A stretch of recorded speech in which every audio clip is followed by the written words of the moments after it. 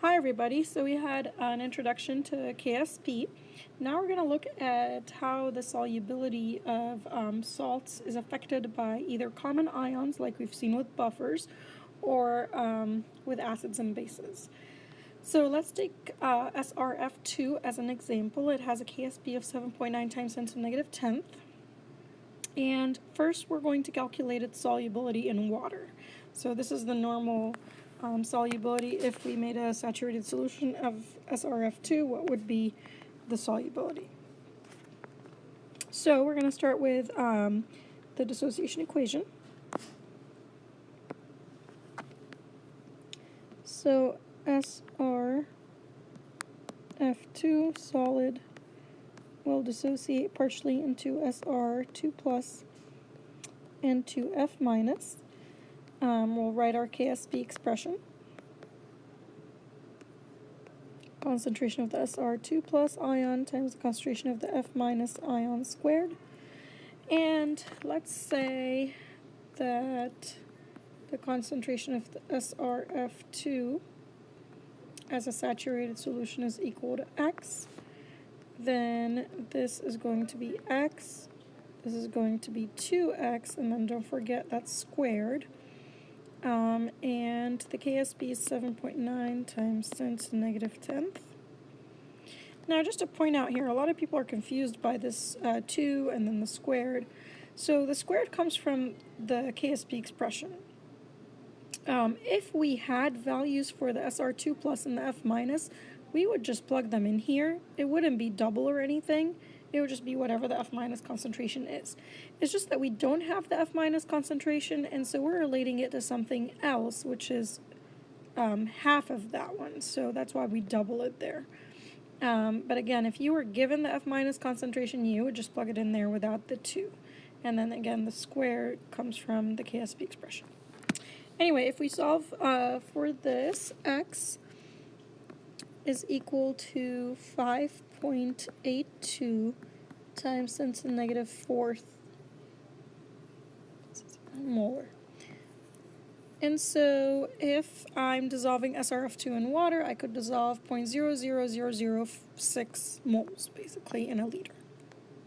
All right, now, what if we put this in a solution of strontium nitrate? So instead of just dissolving it in pure water, I'm going to dissolve my SRF2 in strontium nitrate, 10th molar strontium nitrate. So what would happen then? Well, let's start with our dissociation equation. So I'm going to write the dissociation equation of the SrNO3 first.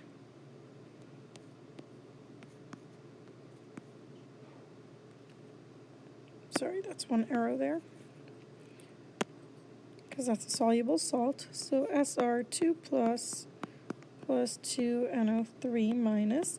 I know that this is 10th molar, and since this goes to completion, this is also 10th molar. This would be 2/10 molar, right? Okay, and then I'm going to write now my dissociation equation for my SRF2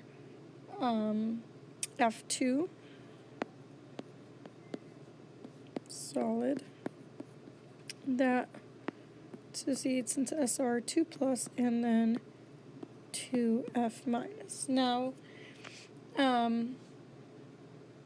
you could do this in two ways.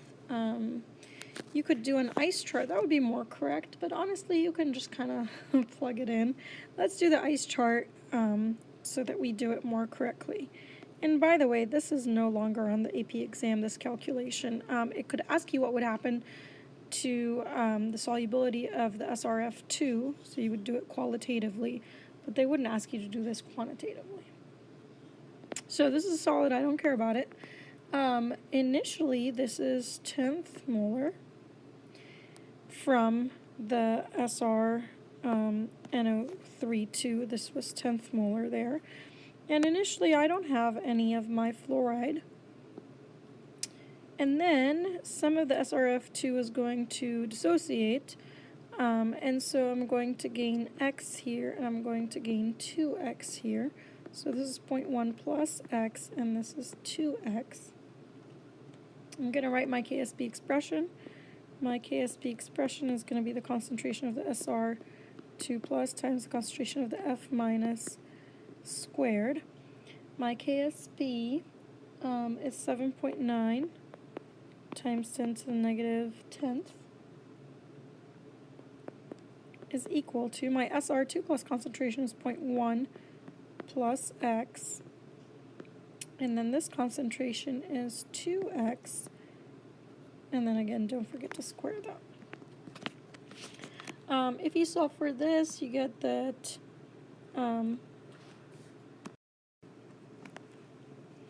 so X here, which is how much dissolved of the SRF2, is going to be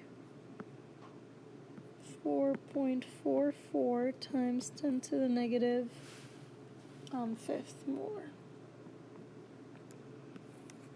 So let's see what happened.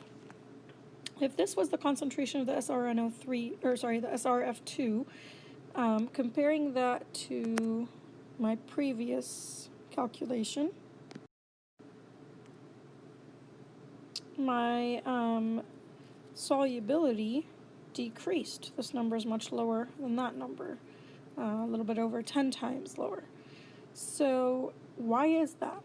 Well, if I look at this equilibrium here and I have more SR2 plus, it's going to shift to the left to make more solid and less of the ions. And so if I have a common ion, whether it's SR2 plus or the F minus, it's going to be less soluble because it's going to shift to the left, again, to make more solid and less of the ions. And so therefore it's going to be less soluble.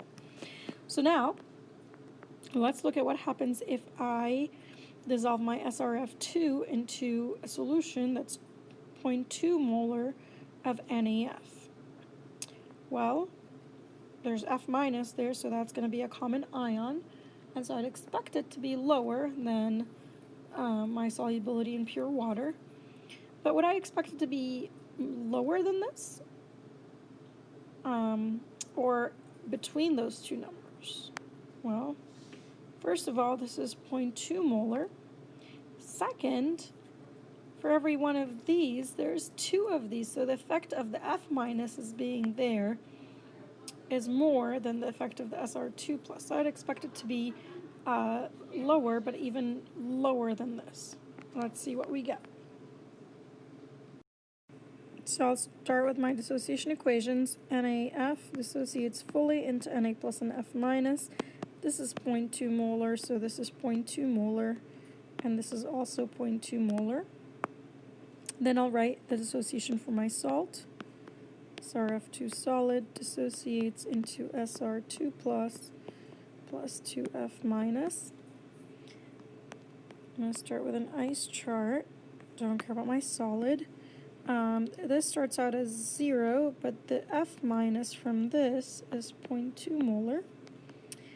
X amount of the SRF2 solid is going to dissociate, and so I'm going to form X amount of SR2 plus and 2X amount of the F minus. So this is X, and this is 0.2 plus 2X. My Ksb is 7.9 times 10 to the negative 10th. That is equal to the SR2 plus concentration times the F minus concentration squared. If you solve for X, that ends up being 1.98 times 10 to the negative 8th molar. That decreased by a lot. Let's look at the 2 values here, or the 3 values, I should say. So this was in water, decreased a little bit in 10th molar strontium nitrate, decreased a lot, more than 10,000 times less. When I put it in NaF, this is 0.2 molar, but because the fluoride is has a double effect, actually square the effect, that's why it goes down way, way more. All right, so that's adding common ions to your salts. It will decrease their solubilities. What if I change the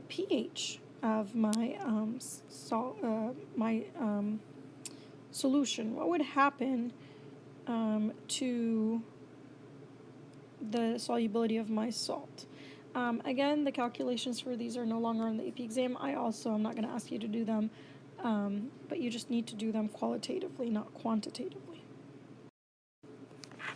So the first one here asks you, which would be more soluble in an acidic solution, AgCl or Ag3PO4? This is a poorly worded question. What they're asking is which one would its solubility increase if it's in an acidic solution? So what we would do is we would write out our dissociation equations as always. So I'm going to go ahead and do that.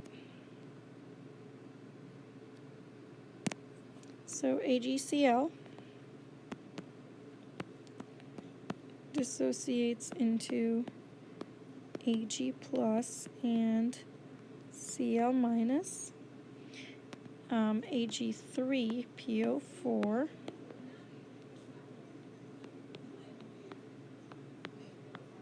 dissociates into 3 Ag pluses and then PO4 3 minus. Alright, well, let's see what would happen if we dissolve these in an acidic solution instead of just pure water. Well, an acidic solution means that I'm adding H pluses. I have extra H pluses added. So, first thing you check, are there any common ions? Well, let's start with the AgCl. No common ions, there's no H plus here. Next, you check if anything would react with that H plus. Well, Ag plus and H plus would not react together. Usually, you never have two positive ions reacting together. Let's see, how about H plus and Cl minus? Would those react together? The answer is no, because you can't form HCl. That's a strong acid. It's going to dissociate right back. And so if I dissolve this in an acid or if I dissolve it in water, it doesn't matter. There is no effect. Dissolving this in an acid does not have any effect on the solubility of it. Let's look at the Ag3PO4. So first we check, are there any common ions? Nope, there's no common ion there. How about the reaction? We said, well, Ag plus and H plus cannot react together. They're both positives. How about H plus with PO4 3 minus? Can that react? Yes, it can. So if I take H plus, let me rewrite that. H plus plus PO4 3 minus, that would be an equilibrium. And you would form HPO4 2 minus.